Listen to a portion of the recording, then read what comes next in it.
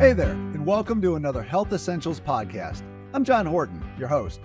The global breath mint market is expected to grow to more than $8.5 billion within the next few years. It's safe to say those sales are a pretty clear indication that a lot of us are walking around with a less than delightful smell coming out of our mouths. That brings us to today's topic, bad breath, and specifically breath that smells like poo. What causes this sort of extreme odor? It seems like a question for dentist Karyn Kahn, who's on the front lines when it comes to facing bad breath. Dr. Kahn is one of the many experts at Cleveland Clinic who pop into our weekly podcast to help us better understand our bodies. So with that, let's figure out what's driving these breath mint sales and what we can do about it.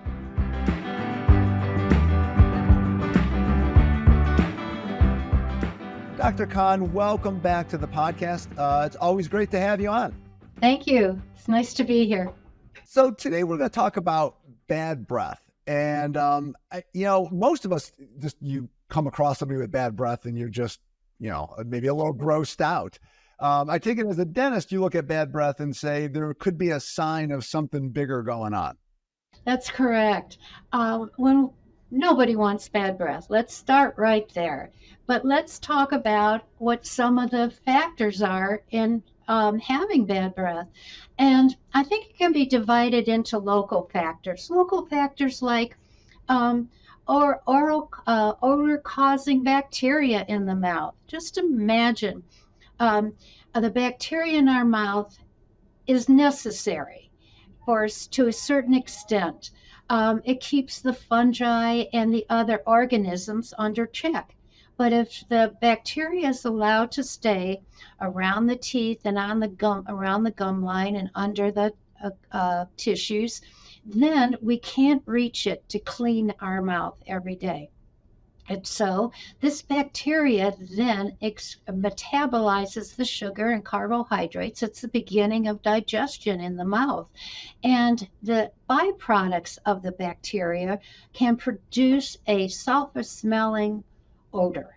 And so if we are not cleaning our mouth, brushing at least twice a day, flossing between the teeth, removing all the food particles that the bacteria use to metabolize and grow, then we can suffer from a local factor of bacteria being in the mouth. The other obvious reason for bad breath are certain foods we eat, garlic, onions, certain herbs, even alcohol can come through as bad breath. What happens after we ingest certain foods? It goes through the system of digestion, but some of the byproducts, the compounds produced by these foods, are expelled through the lungs. And so if you've eaten garlic, you'll notice maybe you taste it for the next day or two, and it will last until such time as it's totally expelled from the body. So foods can cause bad breath. Smoking, chronic daily smoking can result in bad breath because the tongue can be affected from smoking, and you can get what we call nicotine stomatitis, where you get the bacteria build up on the tongue. There are other reasons like dry mouth. You lose, without your saliva, has a very important effect on reducing or neutralizing the bacteria in the mouth. So the bacteria, if we have very dry mouth, the bacteria can go to town producing these noxious, odorous compounds. Dr. Kahn, I feel like you just walked us through halitosis 101 there with all the things that can kind of cause like just that basic bad breath. When is there a point where that kind of that really stinky breath is a sign of a much larger concern other than just what you had for lunch or your brushing habits?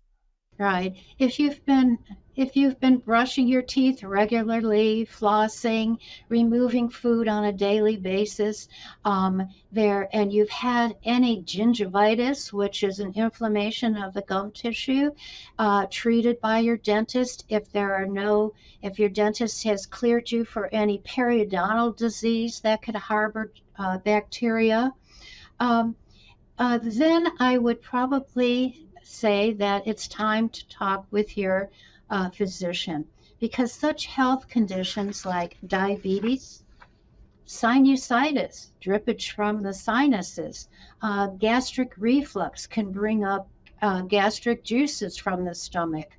Certain lung diseases like bronchitis and chronic liver and kidney disease can result. Certain metabolic disorders also. So if your bad breath continues after you've done everything that has been recommended with daily cleanings, regular dental checkups, treatment of periodontal disease, then I would say, please see your physician, have a good conversation regarding, what it might be contributing to the bad breath. And I think that's kind of the key here, is that people should look at chronic bad breath that isn't really explained by just normal day-to-day activities, that there may be an indication there's something larger going on, and you do need to see somebody about it. Yes, chronic bad breath could be an indication of some rather serious systemic problems.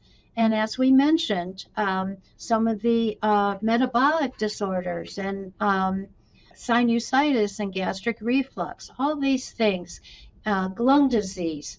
It also might be associated with a chronic lesion in the mouth or in the throat. Maybe some oropharyngeal cancer can cause a bad taste, a bad odor in the mouth too. So don't ignore it, and seek a conversation with your physician or ENT. Let's go over some of the things. I have a little list here of some items that could cause bad breath, and you can kind of let us know a little bit about how common they are and how often you see them. Just an abscess tooth. It sounds like that can really cause some odor coming out of your mouth. An abscess tooth can originate from the periodontal structures, and we call that a periodontal abscess. They're usually not significantly painful, so patients may not even know they have a periodontal abscess. A chronic apical abscess from a dead nerve in the tooth can actually burr its way through the bone and leave a little fistula, so patients don't have severe pain with the abscess. All of these things are draining infection, and that can lead to bad breath too. So chronic bad breath should be checked out with your dentist. And I know you had mentioned sinus infections too. And I know we all deal with that from time to time, where you get that drainage coming down. I take it that's one of those things where it can kind of cause that too. Right. And well, sinus infections would drain into a common area in the throat, and that can be brought up into the mouth and cause a bad breath too.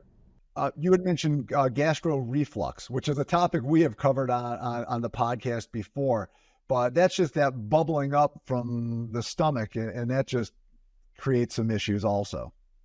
The acid produced by the stomach is very harmful, and it's so very strong that gastric reflux can not only cause bad breath, but it also can result in erosion of the teeth. So dentists can look to see if there's a certain type of wear on your teeth that is not associated with tooth to tooth contact, like grinding your teeth. This erosion is shown as a smooth surface acid erosion. So if you have bad breath, have your dentist check to see if there's any evidence of acid erosion in your mouth. And then you need to contact your physician to talk about any anti-acid therapy. Another item that comes up, which seems obvious, is vomiting, which obviously has a very bad smell. But I take it as a dentist, if you come across somebody who's having those issues and you find out it's from vomiting, it could tell you that there's something more serious going on with them. Well, chronic vomiting is something that should be definitely addressed by a patient's physician. That indicates either a habitual type of disorder or a gastric problem, a gastric reflux problem. And of course, this is something that should be addressed by the physician. And if there are any other help out there available for chronic vomiting. The problem with that is, of course, the acid in the mouth, and it can result in, as we said, erosion of the teeth and bad breath too. Now, you had mentioned that bad breath could be caused by like something like diabetes. Like, how does that work? I mean, what would be the signs of that? It has to do with kidney, liver function, the mechanism of which I'm not really sure, but we know that it has been studied that some of the metabolic disorders, such as diabetes, can result through the production of different chemicals, and breakdown of certain elements in the system can cause bad breath.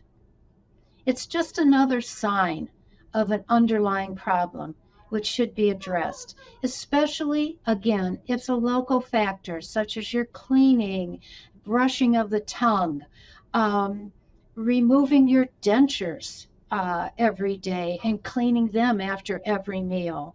All of these things can sort of help us eliminate some of the causative factors, but if it persists, then you have to look for an underlying systemic issue.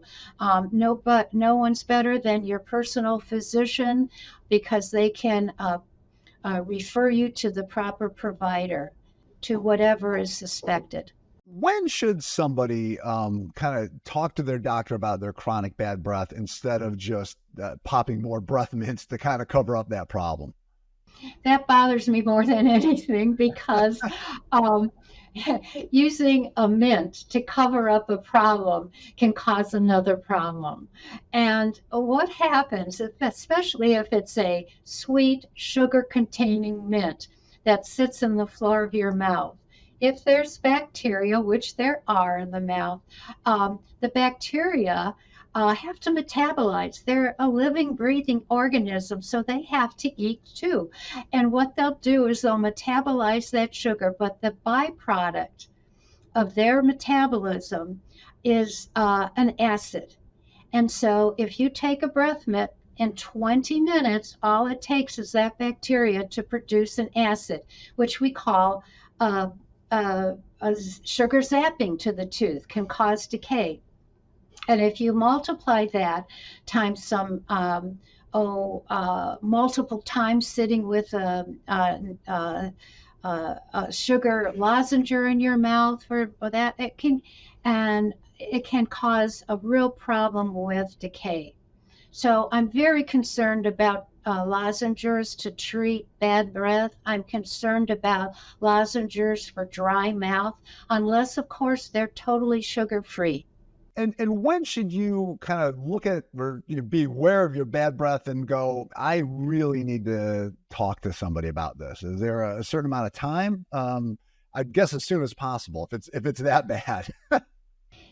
When bad breath becomes very chronic and everything you do at home is not helping, that's the time to get a clearance from your general dentist. They will do periodontal probing.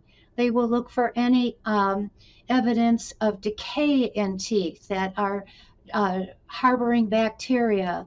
They'll look for abscesses and periodontal abscesses. But if you are cleared from a dental perspective, that's the time to see a physician to find out if there's any other underlying causes for the bad breath. Well, we've covered a lot of ground here, Dr. Kahn. So before we kind of sign off, do you have any other words of wisdom to offer when it comes to bad breath? Well, some things that we didn't talk too much about is brushing your tongue. The bacteria in the mouth can breed around the little papilla of the tongue and cause bad breath. And there's also denture halitosis. Bacteria can breed in a denture. And so it's very important if you even are fully edentulous, have no teeth but wear dentures, you have to have regular dental checkups at least once a year. And the dentist will look for any sores in your mouth. They'll evaluate the fit of your dentures. They can run it through an ultrasonic cleaner to clean any debris. And also recommend possibly a lab fashioned reline if the denture's not feeling or fitting properly. All of this breeds bacteria. And so we are looking as a source of information for our patients to help them with their bad breath. A lot depends on what you do at home, and you do it every day. Well, Dr. Kahn, I think I'm going to go get an extra toothbrushing in just after this discussion to make sure I'm covered. So thanks very much for coming on, and always a great time talking with you. Thank you very much. Bad breath that smells like poop is, well, bad, and not just because of the smell. That odor may be a sign of a larger health issue that can't be solved by popping breath mints. So if it lingers, get checked out. Till next time, be well.